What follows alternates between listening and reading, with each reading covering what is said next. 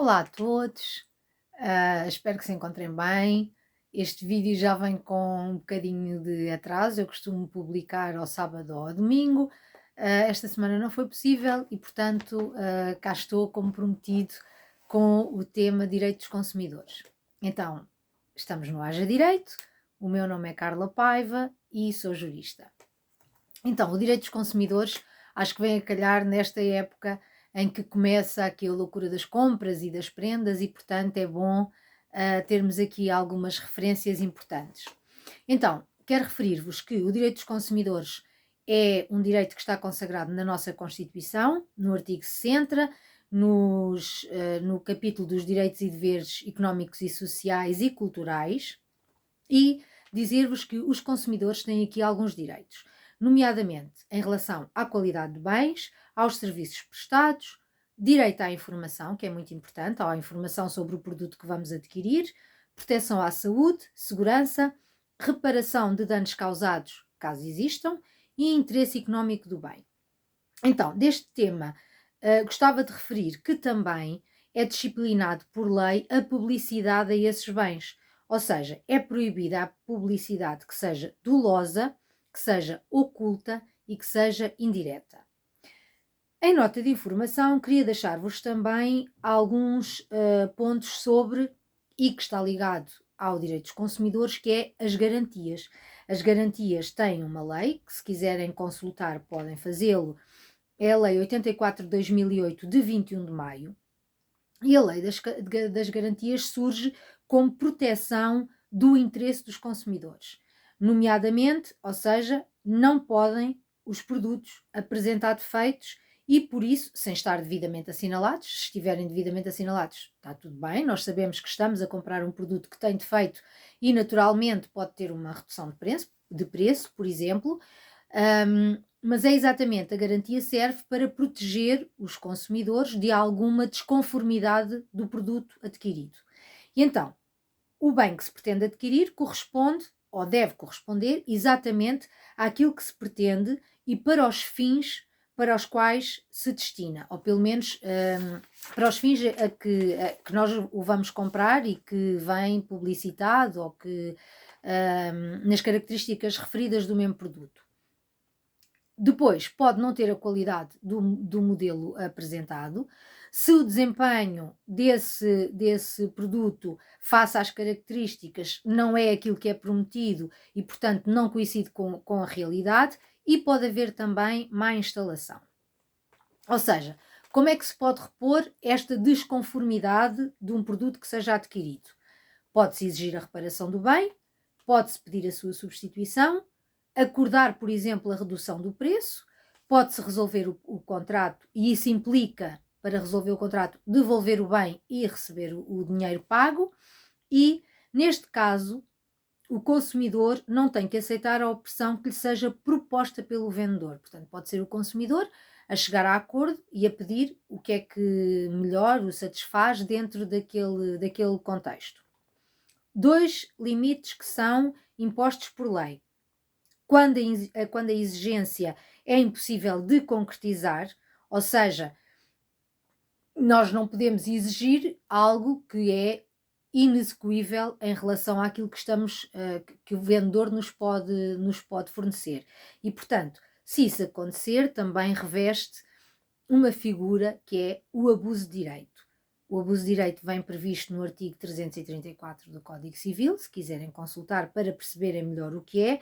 Portanto, o abuso de direito acaba por ser o exercício de um direito que é ilegítimo e, portanto, quando o seu titular excede manifestamente o limite imposto pela boa-fé e pelos bons costumes e pelo fim social e económico desse mesmo direito. Portanto, há que ter aqui alguma cautela. Portanto, nós temos direitos, mas não podemos exercê-los de uma forma que excede o limite dos bons costumes e do bom senso, às vezes também.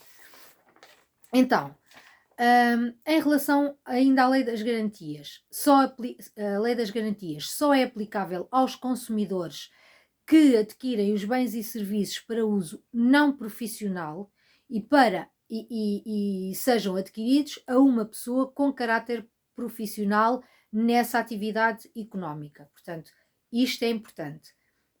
Não podemos adquirir o produto para via profissional, para caráter profissional, e temos que o adquirir a um profissional com uma atividade económica referente àquele bem.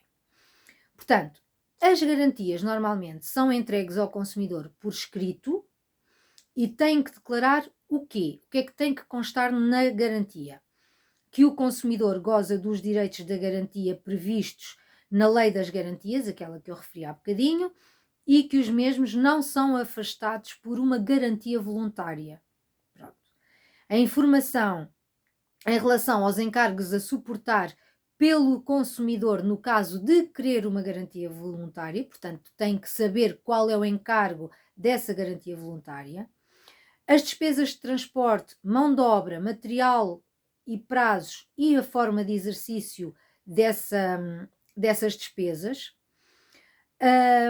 Tem que constar o nome da firma, o endereço da mesma e o autor da garantia. Pronto. Isto normalmente é o que a garantia deve conter. Todas as cláusulas que retirem direitos aos consumidores dentro da garantia são consideradas nulas e por isso consideram-se como não sendo escritas, portanto, sem prejuízo das cláusulas contratuais gerais. As cláusulas contratuais gerais é um outro tema que vamos ter que abordar, porque é um assunto um bocadinho mais elaborado. Pronto. Então, no caso da avaria, por exemplo, da avaria de um produto, de um eletrodoméstico, por exemplo, o recibo será o suficiente para acionar a garantia quando ocorrer no tempo legalmente previsto. E normalmente está escrito qual é o tempo previsto.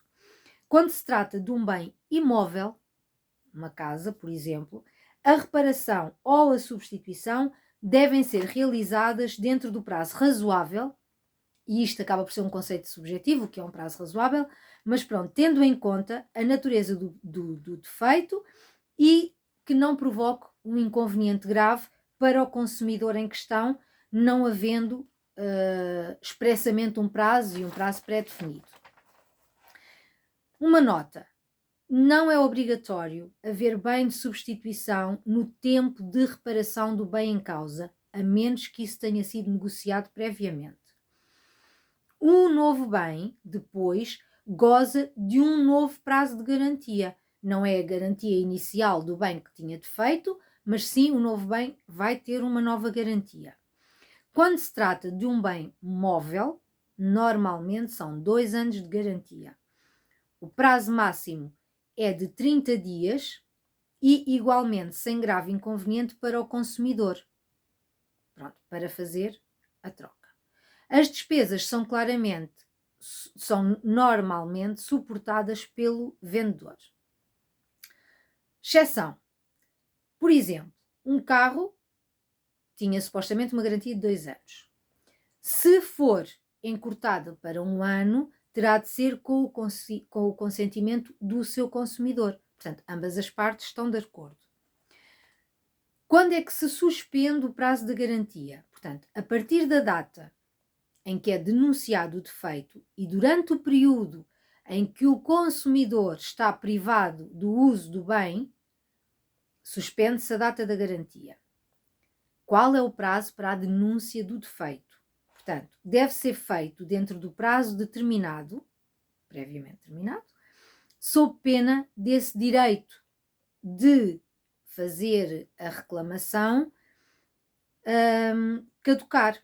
Ou seja, depois desse prazo, depois de fim do prazo, não se pode invocar o direito ou a indicação de que está dentro da garantia ou que o artigo tem defeito.